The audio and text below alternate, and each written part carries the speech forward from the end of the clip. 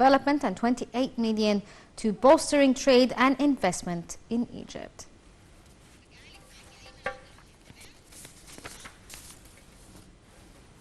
And now over the phone we're joined by Dr. Ayman Abdul Wahab, a United Nations Environmental Affairs and Risk Management Senior Advisor, to talk to us about COP26. Good afternoon to you, sir. Good afternoon. President Sisi's speech at the COP26 came to highlight Egypt's stance regarding climate change and its importance to the planet, the safety of the planet. Can you clarify Egypt's stance towards climate change and what efforts have been made to combat climate change? Well, actually, to start with, Egypt's stand in this regard is very clear. And Egypt is considered a leading country regarding the African continent. Yes. And actually, we have taken a very big step in this regard regarding the reduction of emissions and the reduction of carbon dioxide and global warming gases. Yes. But having said that, we have to be very clear about what is the contribution of Egypt in this regard. Egypt produces 0.6% of carbon dioxide, which is a minimal amount. Yes. So we have to realize that there are other countries that are the cause of this problem. And we all know that the big industrial countries are the main cause of this climate change problem. And they have to bear responsibility Yes. Towards what's happening. Because the hard-hit countries are the least contributing in this problem. In this regard, Egypt is leading the efforts and is leading the African continent to make it very clear to the industrial countries that they have to contribute financially and technologically regarding two aspects. Yes. First of all, to reduce the global the gas warming gas emissions, and secondly, the adaptation. And the adaptation part has to be directed to the hard-hit countries.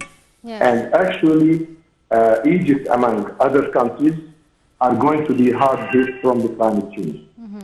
And we already started to see some signs of what's happening. If you look at the northeastern coast of the Mediterranean, Yes. there is very clear signs of shore erosion. There are very clear signs of what we call salt water intrusion, which means that the salt water is started to infiltrate beneath the agricultural land and inundating these lands and making these lands unfit for cultivation, which is hitting the farmers very hard. Yes.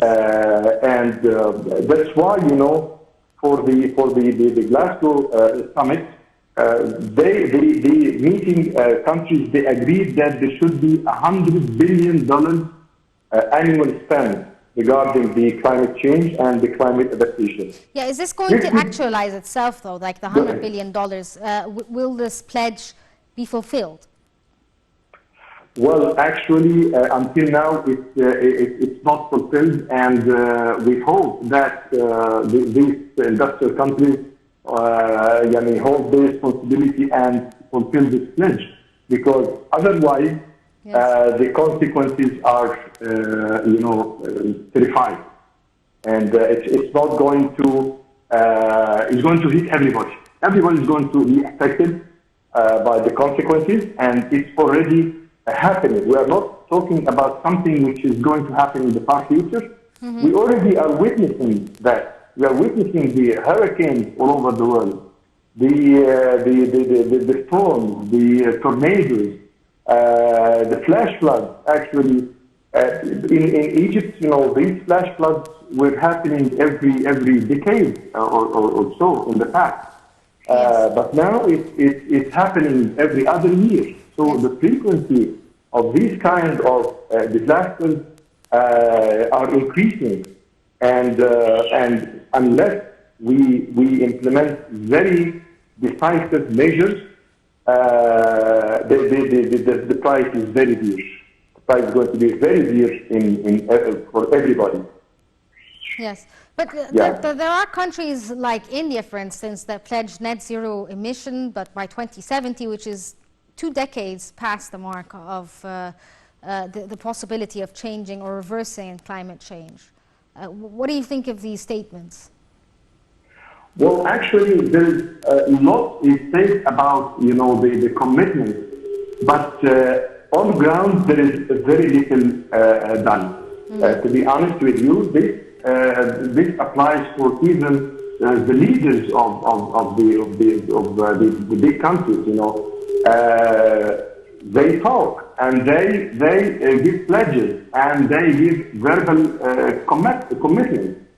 But on ground, very little is done. And there should be some kind of, I don't know how to say it, but these pledges have to be translated into action. Unless it is translated into action, words and nice speeches are not going to solve the problem. Yes. It's not going to solve the problem, just like that. And what the human race is doing right now is committing suicide. And actually we have been talking about endangered species, and this species is going to be endangered, and the polar bears are dwindling, and this and that. Yes. Now we are the endangered species. Yes. Humans now are the endangered species. We have to realize that. What do you think of Egypt hosting the COP27? Do you think that this is something possible in the near future or next year? Well, actually, it's not only possible, but it's very logical, because Egypt, in its location, at the northern part of Africa, and its situation as the leading country in the continent, yes, and its geographical location bordering two seas, the Mediterranean and the Red Sea. It's very logical to lead this summit. Yes. And actually, there is no better country to speak for the continent than Egypt. We have the expertise, we have the knowledge, and we have the know-how. What we are lacking actually is financing. We need funds, and we have to commit all the big countries to provide us with these finances. And as the leader of this continent, we should be like the maestro for this action plan, and there should be a very synchronized action plan for the entire continent. Yes. This kind of crisis cannot be resolved on an individual basis. It's not each country going to solve the problem, because the environmental and climate change problem, it does not stop at the political borders. It crosses these borders. That's what we call it. It's crossing borders problem. And it's going to affect the entire region, the entire globe. That's why the effort has to be collaborative between all countries. And I see it like there should be for each continent a leader for abating the negative impact of the climate change. And Egypt should be the leader of Africa. So that's why I believe it makes sense. It must be like that. Okay. Yeah. Dr. Ayman Abdul Wahab, United Nations Environmental Affairs and Risk Management Senior Advisor, thank you for joining us over the phone to discuss the COP26 summit. Next, the United Kingdom announced selling military vessels to Egypt for the first time in more than 30 years.